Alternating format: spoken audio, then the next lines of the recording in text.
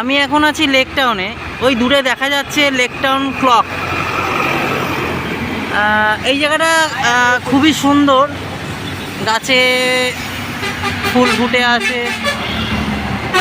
এখানে গাছপালাটা অনেকই, ডিভাইডারে প্রচুর গাছ আছে, দেখতে খুবই ভালো লাগে। কিন্তু আমার বিষয়টা আজকে সেটা নয়, আমার বিষয়টা অন্য। কলকাতা জুড়ে এরকম বেশ কিছু পোস্টার দেখা যাচ্ছে, যেগুলোর আড়ালে কি হয় সেই জায়গাটায় আমি যাব না। তবে এরকমভাবে বুদ্ধদেবের ছবি দিয়ে এরকম স্পা কতটা যুক্তিসঙ্গত, এরকম গৌতম বুদ্ধের ছবি লাগিয়ে এরকমভাবে বিজনেস চালানো হচ্ছে।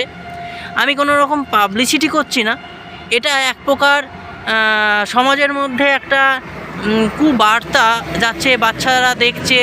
শুধু এখানে এরকম নয়, এরকম একটা গুরুত্বপূর্ণ ভিআইপি রোড বা এরকম এয়ারপোর্ট সংযোগকারী একটা রাস্তা, এখানে প্রচুর মানুষ, বিদেশি মানুষ আসে যারা কলকাতাকে ভালোবাসে।